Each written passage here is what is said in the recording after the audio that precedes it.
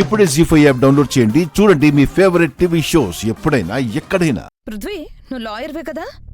అవును. నీ దగ్గరికి ఎవరైనా కేసు వాదించమని వస్తే ఇలాగే బయటికి గంటేస్తావా, లేదా మీ న్యాయదేవతకి విలువిచ్చి నీ నల్ల కోటుకి విలువిచ్చి ధర్మంగా కేసు టేకప్ చేస్తావా? కేసు టేకప్ చేస్తాను. అయితే మేము మా కేసు విషయంలో లాయర్ని కలవడానికి వచ్చాం. నువ్వు మాకు న్యాయం చేస్తావా అని నమ్మి వచ్చాం. అన్యాయం న్యాయం అనేవి మనుషుల్ని బట్టి ఉండవు, కేసుని బట్టి ఉంటాయి. ఆ విషయం మాకు తెలుసు లాయర్ గారు. ఇప్పుడు మీరు మా కేసు టేకప్ చేస్తున్నారా, లేక మమ్మల్ని బయటికి గెంటేస్తున్నారా? వకీల్ సాబ్, ఇలాంటి నీచులు న్యాయమైన పనులు ఎలా చేస్తుంటారు? ఎవరికైనా అన్యాయమే చేస్తారు. బయటకు వెళ్ళమని చెప్పండి. పున్నమి, నువ్వుంటావా? అగ్నిదేవ్ గారు, మీరేం ఆలోచించకండి. నా కొడుకు వాడి వృత్తి ధర్మం పాటిస్తాడు. మీ కేసేంటో చెప్పండి. పృథ్వీ, నేను చెప్తున్నాను కదా, ముందు వాళ్ళేం చెప్తున్నారో విను.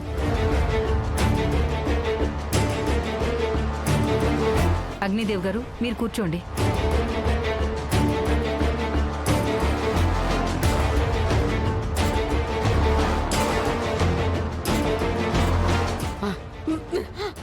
పెదమా, ఆగండి.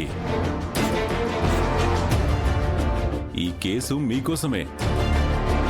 అంటే మీరు కూడా వినాల్సిన కేసు, నిజాలు తెలుసుకోవాల్సిన అవసరం మీకు ఉంది.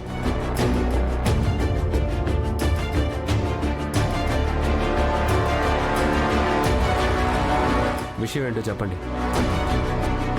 నీకు పెళ్ళాముంది కదా, అదే పున్నమి అనబడే ఈ అమ్మాయి కొండమ్మతో కలిసి ప్లాన్ చేసి మేమే యాక్సిడెంట్ చేసినట్టుగా సీన్ క్రియేట్ చేసి మేమే కావాలనే యాక్సిడెంట్ చేశామని అందర్నీ నమ్మించి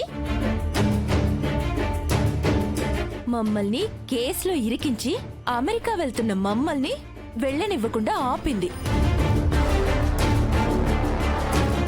అలా చేయాల్సిన అవసరం నాకేం లేదు.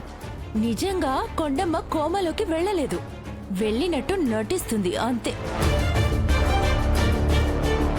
కొండమ్మ ఒంటి మీద ఒక్క గాయం కూడా లేకుండా కోమలోకి ఎలా వెళ్తుంది లాయర్ గారు?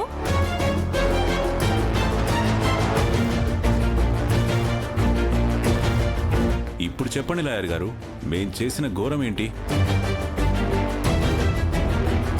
నిజంగా మీరు చెప్పిందే జరుగుంటే పున్నమి కొండమ్మలు చేసింది తప్పు.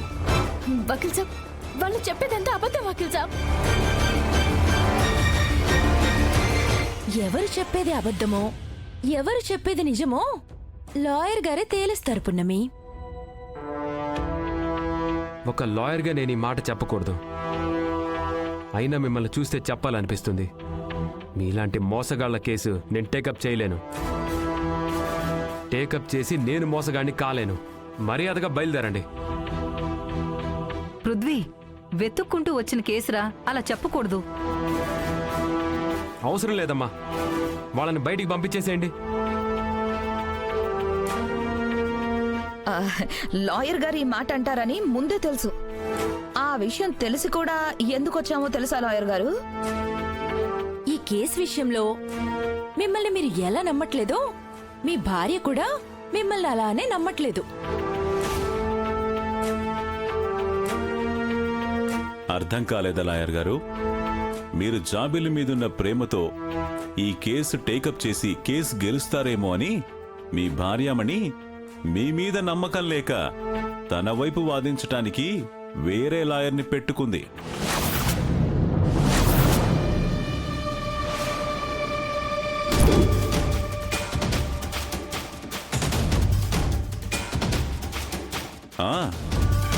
ఏంటి, పున్నమి వేరే లాయర్ని పెట్టుకుందా?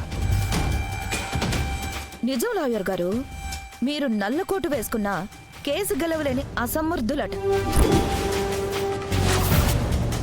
మిమ్మల్ని నమ్ముకుంటే కేసు ఓడిపోతుందట.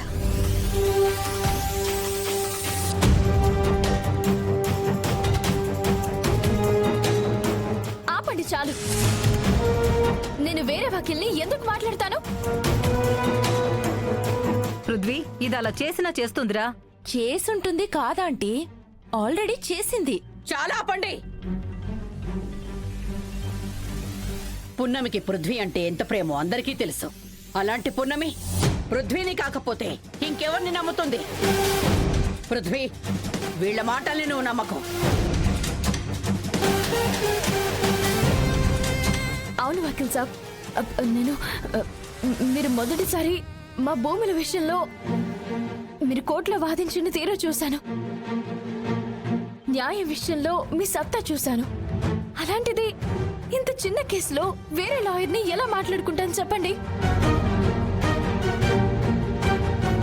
నువ్వు ఇలాంటి నంగనాచు కబుర్లు చెప్తావనే నువ్వు మాట్లాడుకున్న లాయర్ని కూడా పిలిపించావు. లాయర్ భారతి గారు, భారతి గారు,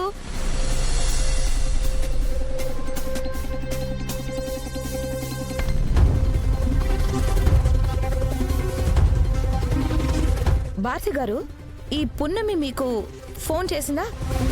ఆ ఫోన్ ఒకసారి చూపించండి.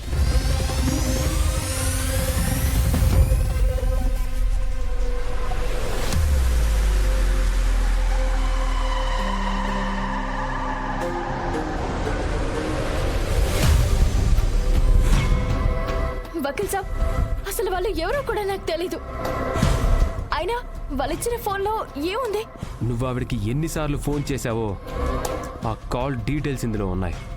వకీల్ సాబ్, దైవ ప్రమాణం చేసి చెప్తున్నాను, నేను ఫోన్ చేయలేదు వకీల్ సాబ్. అసలు ఇవిడెవరో కూడా నాకు తెలీదు.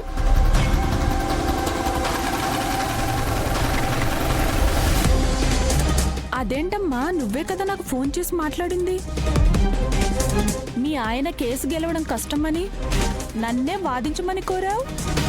మళ్ళీ ఎందుకమ్మా మాట మారుస్తున్నావు? పునమి, నీ ఫోన్ తీసుకొనరా. హా, ఇప్పుడే తీసుకొస్తాను.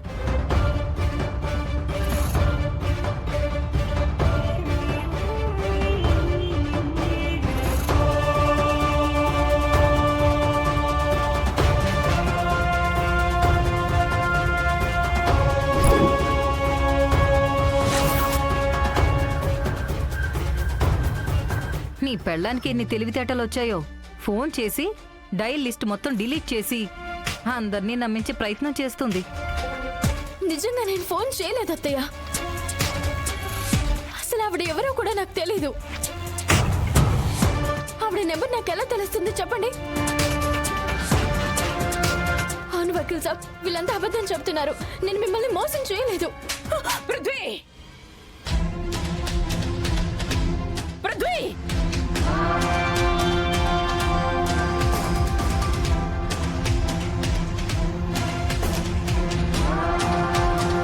జీ5 యాప్ డౌన్లోడ్ చేసి అన్ని ఎపిసోడ్స్ పూర్తి ఉచితంగా చూడండి.